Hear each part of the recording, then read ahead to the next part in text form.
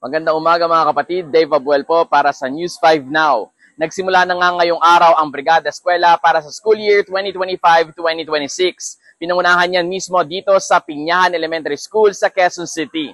Alas 7 ng umaga nang ganap itong simulan sa pamamagitan ng isang parada kasamang ilang guro, mga magulang at mga volunteers.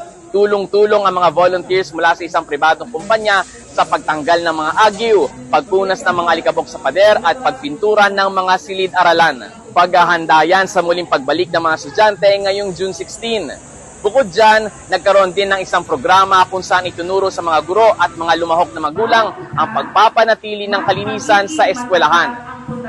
Tutok lang mga kapatid sa mga platforms ng News 5 para sa iba pang detalye ng Brigada Eskwela ngayong taon. Muli ako po si Dave Abuel para sa News 5 Now.